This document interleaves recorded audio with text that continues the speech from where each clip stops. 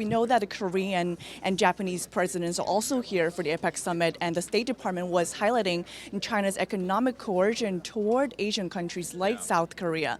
So in particular, they were talking about an incident in which the Chinese embassy in South Korea was using its economic leverage to pressure Korean theaters to cancel or block an American performing arts company called Shen Yun. I'm sure you've heard of it. So it's like another cultural suppression of freedom of speech by CCP in South Korea. So as the leaders are here, Korean president is here, what's your message to these countries, including South Korea? Well, the first thing is this goes back a ways, right? There was an incident a few years back when we were deploying some advanced missile defense capability to the Korean Peninsula, and the Chinese actually responded inside of China against the company, I believe it was Lota at the time, and shut down various facilities.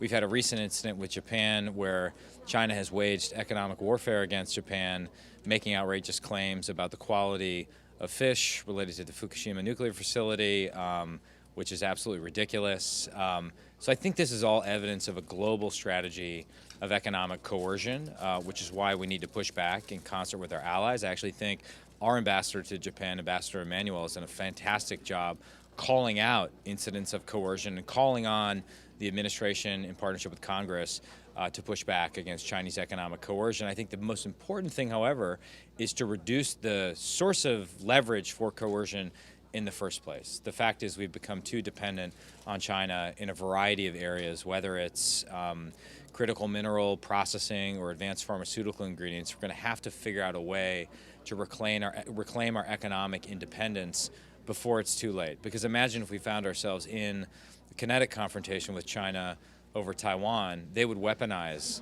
supply chains, they would weaponize those points of leverage to bring us and our allies to our knees, and so we have to take action before it's too late, before the shooting starts. You mentioned that these are our key security allies, especially in the Indo-Pacific region.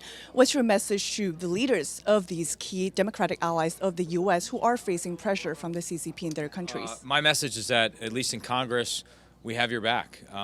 We are, I think, one of our great strengths relative to the Chinese Communist Party is the network of allies and partners that we've built up throughout the years. That's a key source of our strength. And though, China's a formidable challenge, I think China versus not just the U.S., but really the entire free world, I'd rather be on our side 10 times out of 10. And when we pool our resources, it gets really exciting, the things we can do. But I think there's a lot of work that has yet to be done. We've made some meaningful progress.